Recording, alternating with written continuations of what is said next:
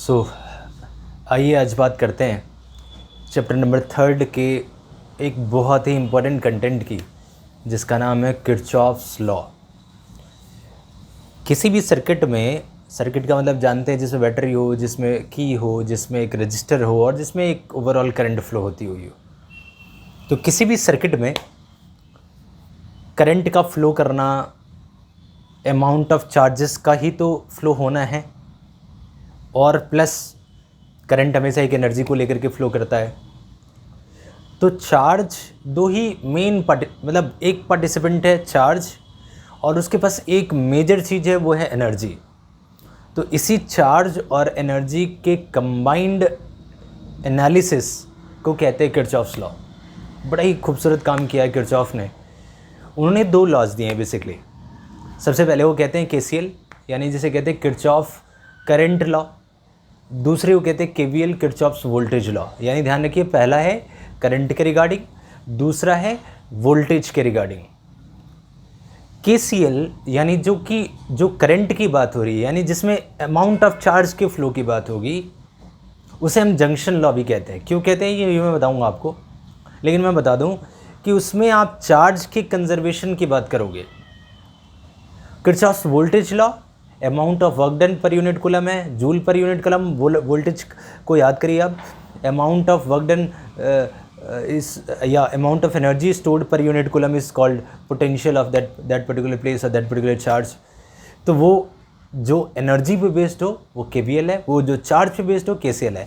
आइए ये देखिए, मैंने यहाँ लिख रखा है किरचॉफ्स लॉ में दो, केसीएल और केवीएल, बड़े ही इंपॉर्टेंट है, ऑलवेज ध्यान रखना है इन दोनों को। इसको कहते हैं किरचॉफ्स करंट लॉ, इसको कहते हैं Kirchhoff's voltage law. Current law conservation of charge की बातचीत करेगा। ये लाइन आपके लिए बहुत इंपॉर्टेंट है कि आखिर केसीएल किस प्रिंसिपल पे बेस्ड है। तो केसीएल है कंजर्वेशन ऑफ चार्ज पे, केवीएल किस चीज़ के ऊपर बेस्ड है, कंजर्वेशन ऑफ एनर्जी के ऊपर। तो आप समझ गए कि हम यहाँ दो चीज़ों की बातचीत करने वाले हैं। अब इसे जंक्शन लॉ भी कहते हैं और इसे लूप लॉ भी कहते हैं। तो प्रैक्टिकली वन बाय वन समझते हैं कि ये जंक्शन लॉ क्यों मुझे कहा जाता है, कैसे ये कंजर्वेशन पे बेस्ड है और केसीएल का ओरिजिनल मीन क्या है। अब जंक्शन का यहाँ सेंस है, जरा ये सोचिए। मान लिया एक पॉइंट है और एक वायर यहाँ कनेक्टेड है, और ये वायर आगे जा करके तीन पार्ट में कनेक्ट होता है। ऐसे यहाँ से करंट आ रहा है, कुछ पार्ट इसका ऊपर चला गया I1, कुछ पार्ट I2 चला गया और बाकी बचा पार्ट I3 चला गया। इस पॉइंट को ले लीजिए, इस पॉइंट को कहते हैं जंक्शन। तो जंक्शन लॉ इस बात को कहता है कि इस पॉइंट के ऊपर जितना चार्ज आएगा एग्जैक्ट उतना ही चार्ज यहाँ से बाहर आ जाएगा। ये कॉमन सेंस भी है। अगर कहीं भी करंट फ्लो कर रही है और किसी पर्टिकुलर प्लेस पे, यहाँ है और ये प्लेस है, मान लिया यहाँ से कुछ चार्ज Q आ रहे हैं, Q1 आ रहे हैं, कुछ चार्ज Q2। चार्जेस को मैं करंट के रिस्पेक्ट में ले लेता हूँ। मान लिया यहाँ से I1 आ रहा है, यहाँ से I2 आ रहा है, और फिर ये I3, I4 और I5 यहाँ से करंट जा रही हैं। तो कॉमन सेंस क्या कहता है कि इन तीनों का सम, इन दोनों के सम के ऑलवेज बराबर होगा। क्यों? क्योंकि जितने लोग आएंगे कॉमन सेंस से उतने ही लोग जाएंगे। आप सोचिए, यहाँ से जितने नंबर ऑफ पार्टिकल्स का आना है उतना ही जाना है। एक जंक्शन से एक पर्टिकुलर पॉइंट पे जितनी इनकमिंग होगी चार्जेस की, उतनी ही वहाँ से आउटगोइंग होगी। क्योंकि drifting, one by one charges drift करते हैं एक पर्टिकुलर प्लेस से, तो फिक्स्ड है कि जितने चार्ज यहाँ आएंगे यहाँ से उतने ही जाएंगे। अब जाने के रास्ते बहुत हो सकते हैं, 3, 4, 5, 10 कुछ भी हो सकते हैं, आने के भी रास्ते बहुत हो सकते हैं। लेकिन एक जंक्शन तो होता ही है मल्टीपल चार्जेस का, मल्टीपल वेज का एक कॉमन पॉइंट। तो अगर बहुत सारे रास्तों का एक कॉमन पॉइंट है जहाँ आना और जाना दोनों हैं, तो जितने लोग आएंगे उतने ही जाएंगे। ये है कंजर्वेशन का प्रिंसिपल कि ना ख़त्म होंगे, ना डिस्ट्रॉय होंगे, ना पैदा होंगे, आएंगे और जाएंगे। तो आप इस रूल के अकॉर्डिंग आप क्या कह सकते हैं? इसके अकॉर्डिंग कह सकते हैं कि I is equals to I1 plus I2 plus I3। ये कंजर्वेशन का प्रिंसिपल। या इस पर्टिकुलर केस के लिए, सेकेंड सीन के लिए आप क्या कह सकते हैं कि here I1 plus I2 will be exactly equals to sum of all outgoing currents I3, I4 and I5। आप समझ गए कि sum of incoming current is always equals to sum of outgoing current. ये सिंपल डेफिनेशन हुई, आप notebook में लिख सकते हैं कि according to junction law, at any junction sum of all incoming current will always be equals to sum of all outgoing current. तो मेरे हिसाब से ये पहली बात आपको बहुत अच्छे से समझ आ गई अब हम दूसरी बात की तरफ करते हैं। इसका हालांकि बहुत यूज़ भी आएगा, जगह जगह हम न्यूमेरिकल्स में यूज़ करेंगे। अब फटाफट आते हैं सेकंड पार्ट की तरफ, जिसे हम कहते हैं केवीएल, किरचॉफ्स वोल्टेज लॉ। बातचीत करते हैं ज़रा केवीएल की वोल्टेज लॉ की। इसको ज़रा ध्यान से समझिए। इसका एक और नाम है लूप लॉ।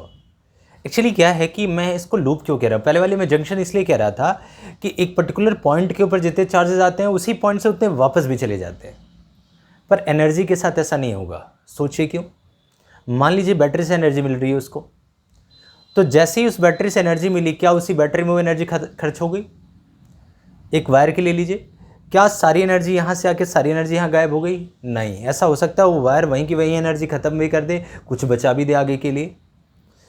अगर कोई बैटरी किसी पर्टिकुलर एनर्जी को प्रोवाइड कर रहा है तो वो एनर्जी बैटरी में खर्च नहीं होगी, वो आगे घूमेगी, रजिस्टर से गुजरेगी और गुजरती गुजरती हर एक रजिस्टर से घूमते हुए वापस सारी एनर्जी करके वापस आ जाएगा।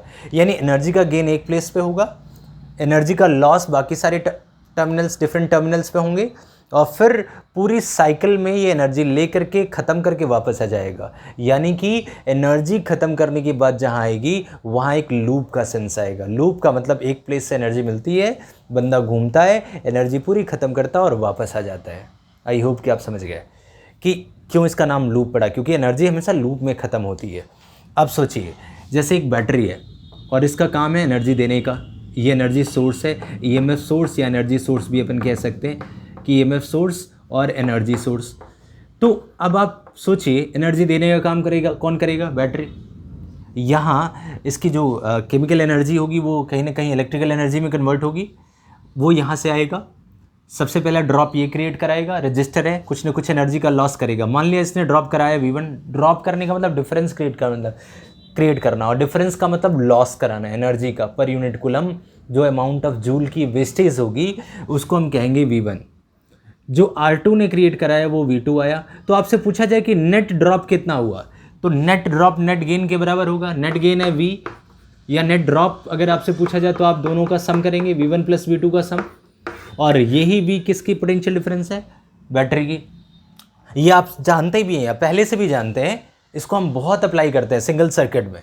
सिंगल सर्किट में तो जितने भी कार्यक्रम आप करते हो, ये बिना पढ़ाई आपको क्लास 10 से ही पढ़ाया जा रहा है। क्लास 10 से ही हम पढ़ते थे कि V इन सब के डिफरेंसेस के सम के बराबर होता है बैटरी का पोटेंशियल। लेकिन उस वक्त हमें ये नहीं बताया जाता था कि अल्टीमेटली कौन सा रूल है, किरचॉफ्स का वोल्टेज लॉ है, और अल्टीमेटली किस चीज़ को बता रहा है? कंजर्वेशन ऑफ एनर्जी को, कि यहाँ से आप गेन करोगे, फिर गेन करके यहाँ से जाओगे लॉस करते करते, क्योंकि बैटरी के इस टर्मिनल और इस टर्मिनल में एनर्जी का डिफरेंस है।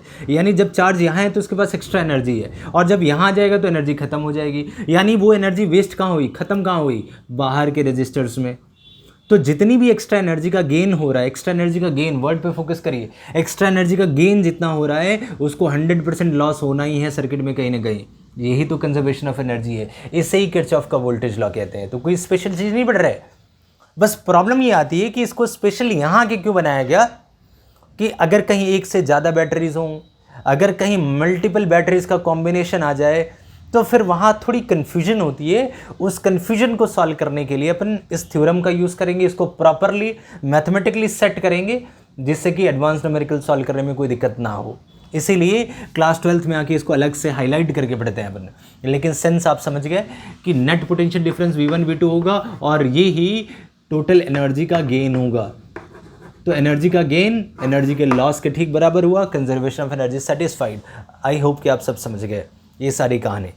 तो KCL बहुत इजी था, जंक्शन एक पर्टिकुलर पॉइंट पर नंबर ऑफ चार्ज का आना और जाना का सम बराबर। KVL जितनी एनर्जी बैटरी से मिलेगी उतनी एनर्जी लॉस हो जाएगी। तो सिंगल सर्किट तो ऑलवेज आप समझ गए। कई बार ऐसा होता है कि मान लिया इसका EMF E है, इसकी इंटरनल रेजिस्टेंस R है, इसमें कुछ लॉस होता है, तो इंटरनल रेजिस्टेंस का लॉस थर्ड हो जाएगा V3, V1 V2 और इंटरनल वाला V3, इन तीनों का सम इस E के बराबर होगा। अगर मैं यहाँ E लिख दूँ, EMF के लिए सिग्निफाई कर दूँ, क्योंकि आप जानते हैं टोटल पोटेंशियल डिफरेंस का सम अपन E लिखते हैं EMF के लिए, और इसकी इंटरनल रेजिस्टेंस है, तो इसकी इंटरनल रेजिस्टेंस की वजह से जो आई V3 आई, तो इस कंडीशन में E बराबर हो जाएगा V1 plus V2 plus V3, तीनों के सम के बराबर हो जाएगा। फिर वही बात आ गई, एनर्जी का गेन E, एनर्जी का लॉस, ये तीन दोनों एक दूसरे के बराबर हैं। अब KCL और KVL पढ़ लिया आपने। मैथमेटिकल एक्सप्रेशन आपका क्लियर है। मैथमेटिकली हमें हमेशा क्या करना है, V1 V2 करना है। लेकिन एक प्रॉब्लम है, छोटी सी प्रॉब्लम ये है प्यारे बच्चों कि जब मल्टीपल बैटरीज आएंगी, जब मल्टीपल रजिस्टर्स का कॉम्बिनेशन होगा, तो जब आप अगर मान लीजिए 4 बैटरी आ गई तो चारों के पोटेंशियल्स को जोड़ना पड़ेगा। रजिस्टर्स में लॉस होता है, बैटरी से गेन होती है, लेकिन वो भी डिपेंड करेगी बैटरी कैसे लगी है। अगर प्लस माइनस लगी है, सीरीज़ में लगी है सेम पोलैरिटी के साथ, तो इसका मतलब सेम पोलैरिटी का मतलब प्लस का माइनस, माइनस का प्लस, ऐसे सीरीज़ कही जाएगी। तब तो 5 वोल्ट 5 वोल्ट 5 वोल्ट ऐड हुआ, जुड़ा। बैटरी उल्टी लग गई तो माइनस हो जाएगा। तो 5 वोल्ट एक प्लस में है और 5 वोल्ट उसकी उल्टी लग गई तो माइनस चलेगा।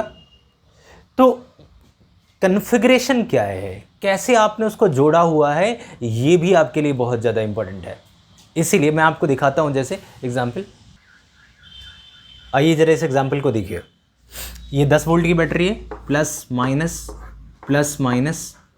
और माइनस का माइनस से टकराना हो गया और उल्टी हो गई पोलैरिटी। अब ज़रा ध्यान से सोचिए। अब अगर मैं कह रहा हूँ कि कोई चार्ज यहाँ से यहाँ आ रहा है, तो यहाँ से इसको गेन हो रहा होगा, यहाँ से इसको गेन हो रहा होगा। कैसे लगाते हैं? जैसे आपने कभी देखी हो टॉर्च में बैटरी लगती है तो कुछ ऐसा लगता है। अगर आपने 2 बैटरी देखी होगी तो आपने देखा होगा कि प्लस माइनस, इस प्लस के साथ इसका माइनस, इस माइनस के साथ इसका प्लस, अगर ऐसे लगा हुआ है इस कन्फिग्रेशन में तो कहते हैं सीरीज़। यानी अगर ये 2 वोल्ट की है, ये 2 वोल्ट की है, तो नेट इफेक्ट हो जाएगा 4 वोल्ट, 4 वोल्ट की बैटरी हो जाएगी। लेकिन अगर उल्टी लग गई तो ये 0 भी हो जाएगा। अगर वापस लग गया कोई वैल्यू नहीं होगी। सिमिलरली ये सेम, प्लस का माइनस, माइनस का प्लस, तो 10 वोल्ट ये 10 वोल्ट ये 20 वोल्ट, लेकिन ये उसका उल्टा लगा है, इसको अपन लेंगे माइनस में। यानी कि अगर मैं नेट ईएमएफ पूछूं, नेट वोल्टेज पूछूं, तो आप क्या कहेंगे? 10 गेन में 10 प्लस 10 माइनस 5, तो कितना बचा? वोल्टेज कितना बचा? So voltage is equal to 10 plus 10 20 minus 5, तो हो जाएगा 15 वोल्ट। ये नेट वोल्टेज आया। अगर मान लिया रेजिस्टेंस 5 ओम है तो I इज इक्वल टू, आप सब जानते हैं I is equal to V upon R। V कितना है? 15 और R कितना है? 5। तो इससे इसको काटेंगे, I की वैल्यू हो जाएगी 3 एम्पियर। तो आई होप कि आप सब समझ गए। तो जब पोलैरिटी रिवर्स होती है तो इसको माइनस करना पड़ता है। तो अगर पूरे लूप में देखें कि पूरे लूप में, अब आप ध्यान से देखिए, 10 का गेन 10 का लॉस, सॉरी 10 का गेन प्लस 10 का गेन, अगर इसमें लूप लॉ लगाएं, कैसे लगा सकते हैं इसमें देखिए। अगर इसको एक मैथमेटिकल फॉर्म में लिखना होगा तो कैसे लिखेंगे? कहीं से एक जगह से शुरू करिए, यहाँ से शुरू करिए कि एक पार्टिकल यहाँ से चला, घूम के यहीं से आया। तो जब आप यहाँ से करेंगे तो यहाँ से चलेंगे तो माइनस से प्लस, मैंने ले लिया 10, ये अभी लिया है मैंने, कैसे लिया है, क्या साइन कन्वेंशन है, उसकी चर्चा करेंगे। लेकिन मैं कह रहा हूँ, मान लिया यहाँ जब चार्ज आ रहा था कोई एनर्जी नहीं थी, यहाँ से जब प्लस में आया गेन हो गई एनर्जी 10, फिर वो यहाँ आया माइनस पे, फिर माइनस से और आया तो 10 वोल्ट और गेन हो गई प्लस 10 माइनस। जब ये यहाँ से जाएगा, क्योंकि करंट ऐसे फ्लो कर रहा है, तो जब ये यहाँ से फ्लो करेगा, अब अभी अपन ने निकाला 3 एम्पियर का करंट फ्लो हो रहा है, तो सपोज़ कि यहाँ से 3 एम्पियर का करंट फ्लो हो रहा है, तो इसका पोटेंशियल डिफरेंस हो जाएगा V is equal to I into R, 3 into 5 यानी कि 15 वोल्ट। देखिए 15 वोल्ट इसका हो जाएगा 5 और इसमें 3 एम्पियर का करंट आ रहा है, तो इसका जो ड्रॉप आया वो 15 वोल्ट आया। तो ड्रॉप को तो ऑलवेज माइनस करेंगे, क्योंकि ड्रॉप होने का मतलब लॉस कर रहा है, इससे एनर्जी गायब हो रही है, लॉस हो रही है। तो -15 ये हो गया और ऐसे ऐसे घूमते हुए आ रहे हैं, और जैसे हम यहाँ आ रहे हैं तो यहाँ वापस उल्टी पोलराइजेशन मिल रही है। यहाँ तो माइनस से प्लस मिल रही थी, यहाँ प्लस से माइनस मिल रही। प्लस से माइनस का मतलब 5 वोल्ट का लॉस हो जाएगा, तो इसको भी अपन माइनस में रखेंगे। देखेंगे क्या ये 0 आ रही है, तो ये 0 आना चाहिए। अब आप देखिए 10 10 20 -15 5 5 - 5 0, तो इसका मतलब प्रूव हो गया कि जितना गेन होगा उतना ही का लॉस होगा। तो अब आप क्या समझे? कहने का मतलब ये है कि अगर कोई बैटरी उल्टी लगी है तो उसको माइनस लेना है, कोई बैटरी सीधी लगी है तो प्लस लेना है। देखिए ये तो एक सिंगल लाइन थी, ऐसा भी हो सकता है कि जो अगली बैटरी लगी हो वो उसके पैरेलल में लगी हो, पैरेलल में लगी हो, और भी बड़ी प्रॉब्लम आने वाली है। तो ऐसी प्रॉब्लम्स के लिए जो ये इक्वेशन लिखते हैं, क्योंकि जब आप लूप लॉ की इक्वेशन लिखने लाओगे, जब आप एक लूप को सॉल्व करोगे, तो आपको देखना पड़ेगा कि उस पूरे लूप में कहाँ कहाँ वोल्टेज बढ़ रही है, बैटरी से बढ़ेगी, बैटरी की अगर पोलराइजेशन सही हुई तो बढ़ेगी, तो कहाँ कहाँ वोल्टेज गेन हो रहा है उसको प्लस, कहाँ कहाँ लॉस हो रहा है उसको माइनस। अलग अलग बुक्स में या कई जगह अलग अलग कन्वेंशन होती है, बच्चे रटते हैं और फंस जाते हैं। कोई सा भी एक कन्वेंशन आपको चूज़ करना है जो आपके दिमाग में सही सेट हो, आप वो कन्वेंशन यूज़ करिए। अब मैं आपको दिखाता हूँ किसी एक सर्किट का एग्जांपल लेकर के कि साइन कन्वेंशन कैसे लेते हैं। कोई सा आपकी जैसी चॉइस है, आप बुक को भी फॉलो कर सकते हैं, बट जो भी सोचें इक्वेशन बनाने के लिए एक चीज़ को प्लस और एक चीज़ को माइनस लेनी पड़ेगी। तो इसे हम कहते हैं sign convention. While writing the proper differences of all terminals along with battery, तो उसमें किसी चीज़ को प्लस किसी को, तो कब किसको प्लस लेना है कब किसको माइनस, इसमें कोई कन्फ्यूजन ना हो, उसके लिए अपन करते हैं विचार और फिर लिखते हैं इसको। एक मैं आपको दिखाता हूँ।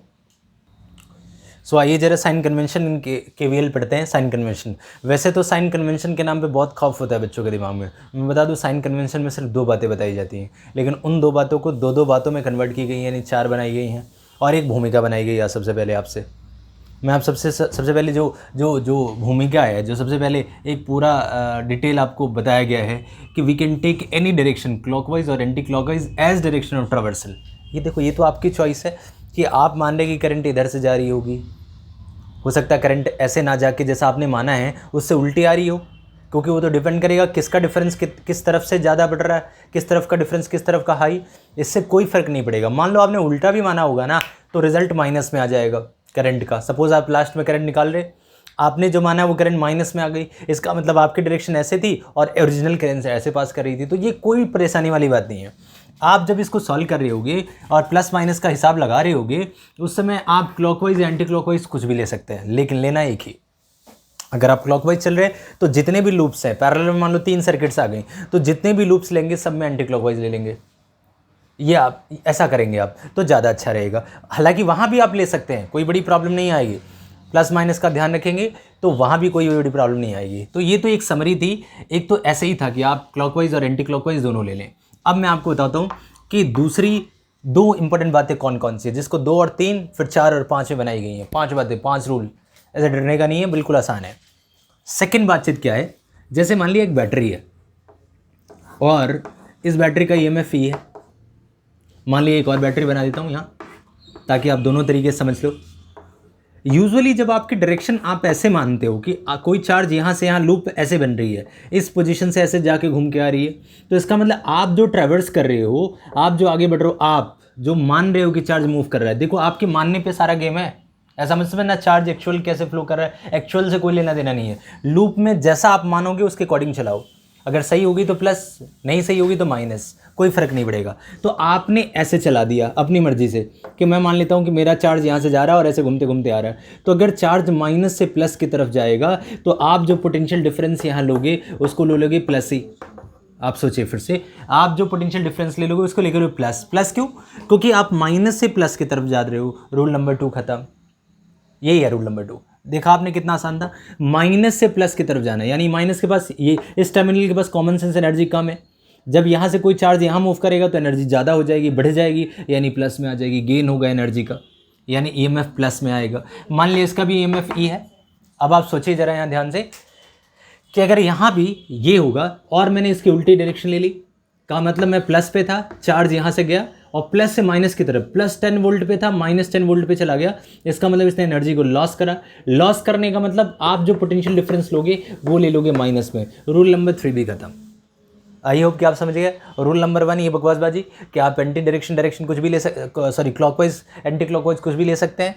आप अगर खुद ऐसे चलने को मान रहे हो तो प्लस में ले लो, प्लस से माइनस की तरफ ले लोगे तो माइनस मान लो। आते हैं चौथे और पांचवें, जो कि एक ही बात से निकल के आई है, वो क्या है उसको भी समझते हैं। आइए जरा चौथी बात समझते हैं।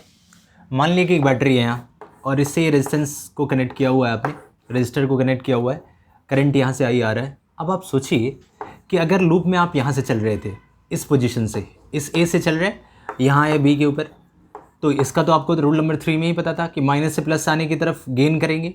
मान लिया इसका EMF E है तो आपने लिख लिया पहले ही प्लस ही। अब जरा यहाँ आइए, यानी आपने माना हुआ करंट यहाँ से फ्लो कर रहा है ऐसे। कॉमन सेंस है, बिल्कुल कॉमन सेंस है कि जब आप यहाँ से जाएंगे तो इस पोजीशन में, क्योंकि ये बैटरी के प्लस से कनेक्टेड है, इस पोजीशन पे हाई पोटेंशियल होगा और यहाँ लो पोटेंशियल होगा। तो यानी ऐसे जाने का मतलब आपने पोटेंशियल ड्रॉप किया, तो इसका जो भी V आया, जिसका फार्मूला होता है IR, उसको आप माइनस में ही तो लेंगे। माइनस में कैसे? क्योंकि आप जानते हैं पोटेंशियल का ड्रॉप हुआ है, तो ड्रॉप होने का मतलब माइनस में ले लेना। का मतलब ये है कि अगर आपने करंट इस डायरेक्शन में माना है, खुद के मानने के अकॉर्डिंग इस डायरेक्शन में माना है कि आपके अकॉर्डिंग ये लग रहा है आपको कि करंट इस डायरेक्शन में जा रही है, तो आपने उसी अकॉर्डिंग इसको माइनस को प्लस को ये वाला कन्वेंशन लिया हुआ है, तो जब आपने इधर मान लिया तो कॉमन सेंस है कि इस डायरेक्शन में जैसे ही जाएगा, जैसे ही इस रजिस्टर से जाएगा पोटेंशियल घट जाएगा। घटने का मतलब माइनस करना। लेकिन अगर आप इसका उल्टा शुरू करते, ऐसे जाते, ए से सी की तरफ जाते, आपको पता है कि करंट ऐसे आ रही है, लेकिन फिर भी आप यहाँ से जाते। जब आप यहाँ से जाते तो आपको पता है ये लो पोटेंशियल है, रूल नंबर 5। जब आप उल्टा चलते, उल्टा चलने का मतलब आप इधर से लूप गिनना शुरू कर रहे हो, तो जब आपको पता है करंट ऐसे जा रही है लेकिन आप खुद उल्टा चल रहे हो, यानी यहाँ कम पोटेंशियल होगा, यहाँ ज़्यादा, तो यहाँ हो जाएगा प्लस, यानी इसको आप प्लस की कैटेगरी में रखेंगे। फिर जब यहाँ आएंगे तो यहाँ प्लस से माइनस, इसको आप माइनस की कैटेगरी में ले लेंगे। मान लिया 10 वोल्ट था और यहाँ 10 वोल्ट का लॉस हो गया, तो बात एक ही है, चाहे आप इसको प्लस 10 लें तो यहाँ माइनस 10 कर दें, या फिर इसको आप प्लस 10 लें और यहाँ 10 माइनस कर दें, बात तो देखिए सेम ही आई। तो अलग अलग बुक्स में कई बार थोड़ा कन्फ्यूजन भी होती है। कुछ लोग कहते हैं कि करंट की ट्रेवल्सर की डायरेक्शन में जाओ तो नेगेटिव ले लो, सॉरी पॉजिटिव ले लो। मैं कह रहा हूँ उसके डायरेक्शन में जा रहे हो, आपको लग रहा है कि पोटेंशियल ड्रॉप होगा, तो आप उसको माइनस कर दो, यानी नेगेटिव में ले लो, यानी इसका जो भी पोटेंशियल डिफरेंस है उसको नेगेटिव में ले लो। जो भी करना है एक लेना है, आपको अपने दिमाग में एक रूल सेट कर लेना है जो आपको समझ आता है। मुझे तो ये समझ आता है कि माइनस से प्लस जाने का मतलब है गेन करना, रजिस्टर में करंट के फ्लो के अलॉन्ग जाने का मतलब है कि इसका डिफरेंस हो रहा है, और डिफरेंस का मतलब ड्रॉप हो रहा है का मतलब मैं माइनस मान लेता हूँ। बाद में अगर मैं गलत मान रहा हूँ तो अपने आप करंट की डायरेक्शन रिवर्स हो जाएगी।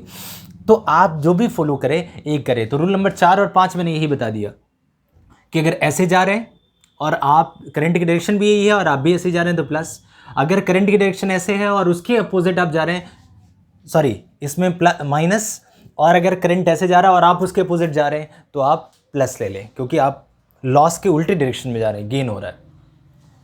आई होप कि आपको चारों पांचों बातें समझ आई। पहला, कोई सभी चूज़ कर सकते हैं, क्लॉकवाइज एंटी क्लॉकवाइज। दूसरा, ईएमएफ का प्लस से माइनस जाओ तो आप माइनस ले लो, माइनस से प्लस की तरफ आओ प्लस ले लो, 2 और 3। चौथी बात, अगर करंट की डायरेक्शन में ही आप मूव कर रहे हो तो ड्रॉप हो रहा है तो माइनस ले लीजिए। अगर करंट की डायरेक्शन के अपोजिट चल रहे हो तो आप एनर्जी का गेन मानोगे, क्योंकि आप लो पोटेंशियल से हाई पोटेंशियल जोन की तरफ आ रहे हो, तो आप प्लस ले लो। इतनी थी 5 बातें, कन्फ्यूजन की ज़रूरत नहीं है, आपको किरचॉफ का बेसिक समझ आ गया। लेकिन प्यारे बच्चों, किरचॉफ एक ऐसा टॉपिक है जिसमें बिना एग्जाम्पल के कुछ भी नहीं समझ आता। तो एक्चुअल में किरचॉफ का क्या यूज़ है? सिंगल सर्किट में, सिंगल लाइन में, सिंगल लूप में तो किरचॉफ का ज़्यादा यूज़ होता ही नहीं है, वो तो हमें कॉमन सेंस से पता है। किरचॉफ वास्तव में कहाँ यूज़फुल है, कैसे हम इसको सॉल्व करते हैं, उसके लिए बिना एग्जाम्पल करे हमें ये सारी बातें डाइजेस्ट नहीं होंगी। तो आइए शुरू करते हैं कुछ एग्जाम्पल्स के साथ। एक एग्जाम्पल करते हैं, फिर इसके लिए एक सेपरेट वीडियो भी मैं बनाऊंगा जिसमें बहुत सारे क्वेश्चंस होंगे। एक एग्जाम्पल दिखाता हूँ आप सबको, देखिए। आइए एक एनसीईआरटी के क्वेश्चन के साथ शुरू करते हैं।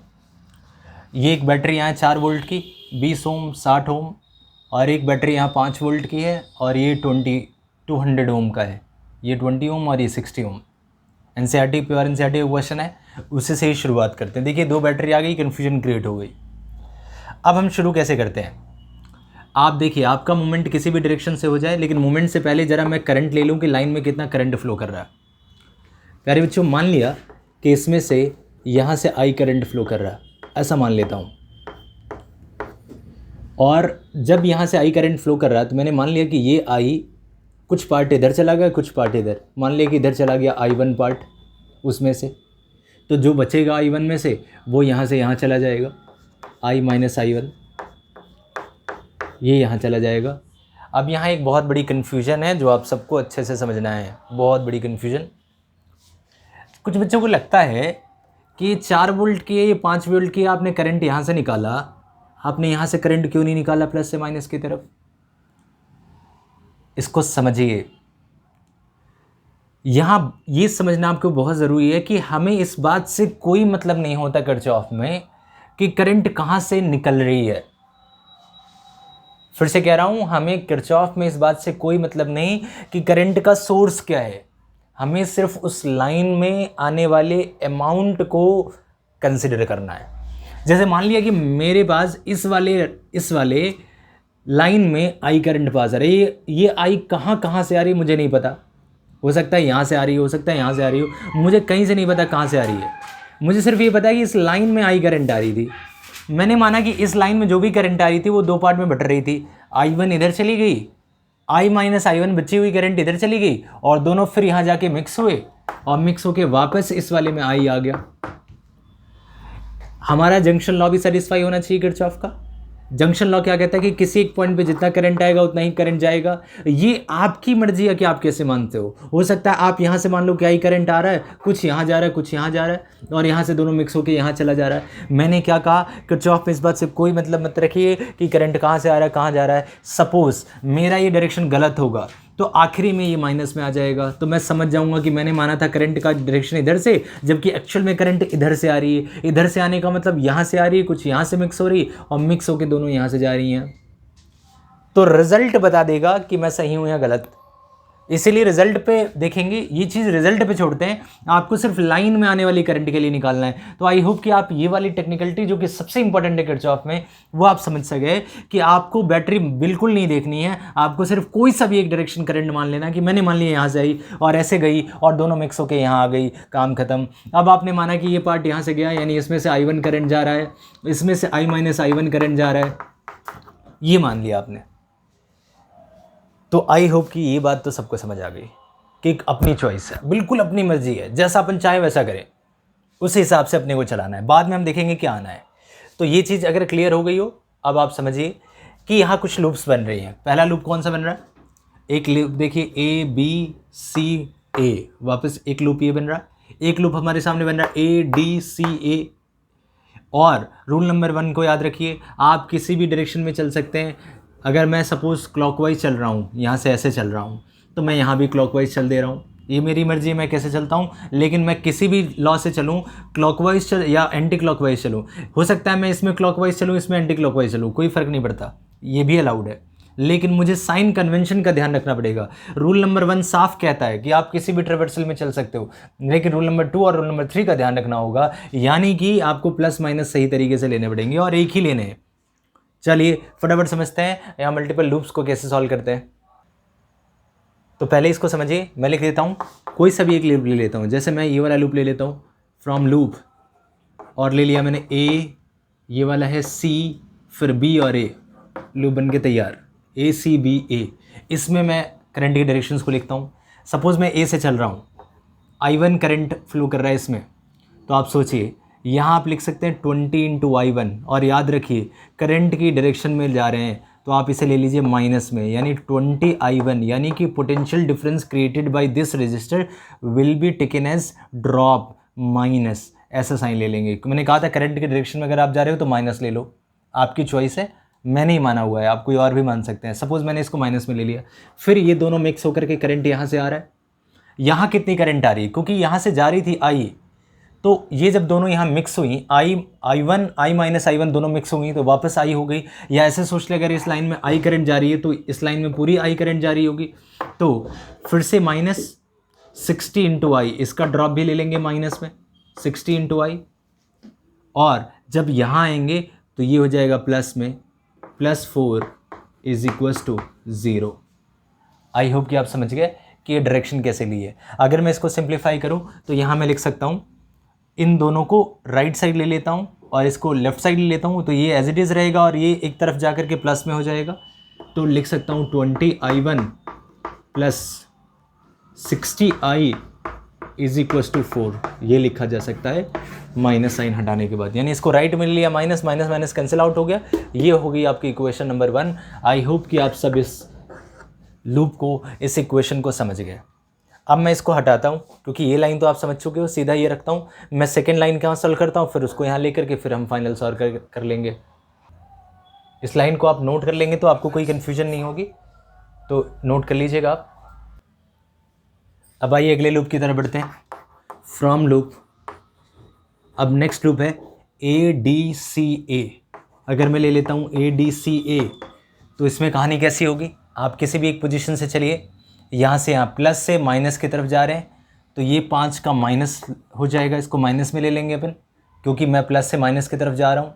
फिर यहाँ गया, यहाँ जो करंट जा रही है इसका ड्रॉप निकालिए I इंटू आर, और ड्रॉप हमेशा माइनस में लेना है, तो I माइनस I1, और यहाँ जाएगा 200। अब यहाँ से वापस आइए, अब आप देखिए यहाँ आपको काम आएगी जो सबसे आखिरी पांचवी बात बताई थी।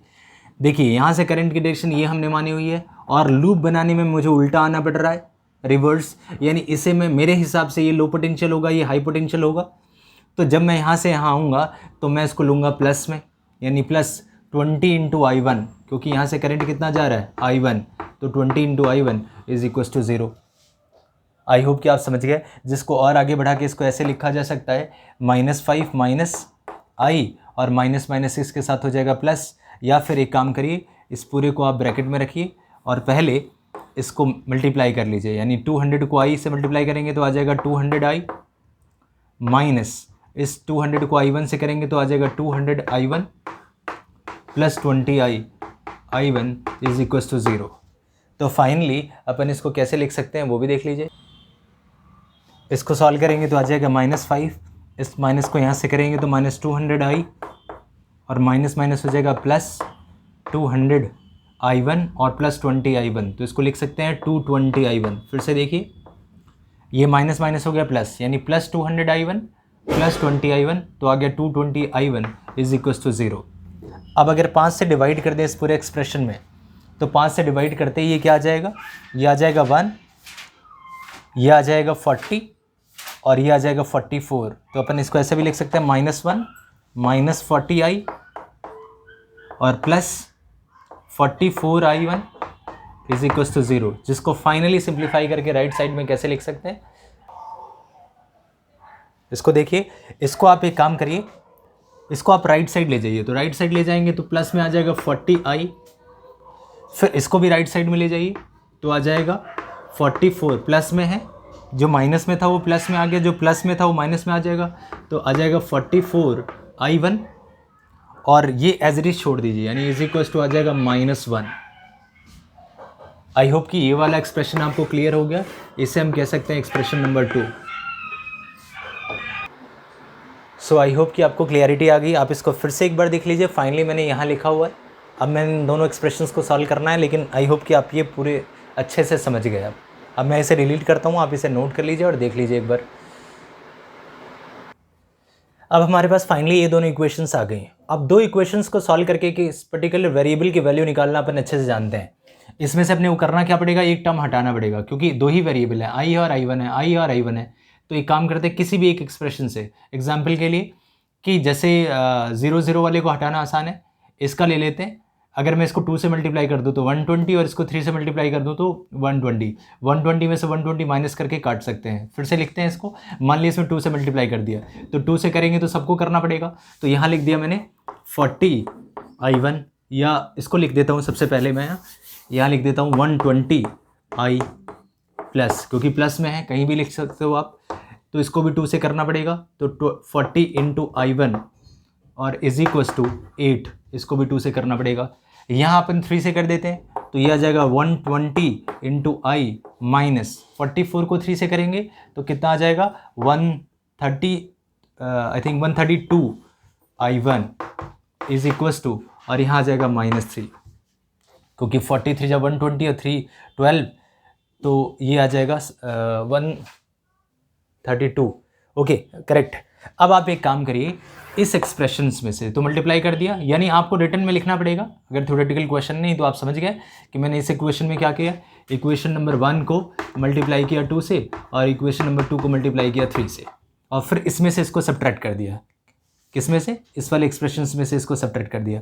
तो अगर मैं सब्ट्रैक्ट करूँगा तो ये माइनस माइनस माइनस हो जाएगा प्लस, और ये भी माइनस माइनस हो जाएगा प्लस। अब आप देखिए 120 से 120 कट गया, अब 40 माइनस माइनस प्लस, तो ये हो जाएगा 30 और 7, 172I1 is equals to 8 and 3 हो जाएगा 11। तो आप समझ गए कि I1 की जो वैल्यू हो जाएगी वो हो जाएगी 11/172। तो आई होप कि आपको ये समझ आया। ये वैल्यू आ गई 120, मतलब इसमें से इसको काट ही दिया, ये minus minus plus, minus minus plus, 172I1 8 3 11, सो I1 की वैल्यू हमारे पास आ गई 11/172, ये एम्पियर करंट आ गया। यानी कि हमारी सपोज डायरेक्शन सही थी, यहां से I1 की डायरेक्शन तो सही आएगी। अब आप क्या करेंगे, इस I1 को यहां रख देंगे किसी एक इक्वेशन में, तो आप I की भी वैल्यू फाइंड आउट कर सकते हैं। अगर वो वैल्यू माइनस में आ रही है, इसका मतलब इसकी डायरेक्शन गलत है, इतनी करंट इधर से इधर जाएगी। हमें सिर्फ डायरेक्शन पता लग जाएगी, बाकी हम क्वेश्चन सॉल्व कर चुके हैं। अमाउंट में कोई चेंज नहीं आएगा। अगर जो चेंज आएगा, अगर हमारी कुछ गलत होगा तो सिर्फ डायरेक्शन ही गलत होगा, सपोज डायरेक्शन। बाकी हमें तो मेन अमाउंट से मतलब है। तो आप समझ गए कि रिस्पेक्टिव करंट्स कैसे निकालते हैं। क्वेश्चन में शायद ये दे रखा था यहाँ कोई एमीटर लगा हो जिसका 20 ओम हो, तो उसकी कितनी रीडिंग होगी, तो ये वाली रीडिंग हो जाएगी। तो आई होप कि आप बेसिक एक साइक्लिक प्रोसेस को समझ गए कि इसको करते कैसे हैं। सो फाइनली मैंने सिर्फ एक एग्जाम्पल दिया जहाँ इसको दिखाया। अब आप इसकी प्रैक्टिस करेंगे। मैं एक और वीडियो बना दूंगा बहुत सारी, जिसमें क्वेश्चंस होंगे और उसमें थोड़े टफ लेवल के भी क्वेश्चंस होंगे, जिससे आपकी प्रैक्टिस और अच्छी होगी। लेकिन इस चीज़ को, इस लॉजिक को समझ के आपको बहुत सारे क्वेश्चंस ट्राई करने होंगे, ताकि पूरा किरचॉफ आपके दिमाग में सेट हो जाए। काफ़ी इजी है, कोई भी प्रॉब्लम नहीं है, लेकिन ये डिपेंड करता है कि आप कितनी अच्छी प्रैक्टिस करते हैं इसके ऊपर। ओके।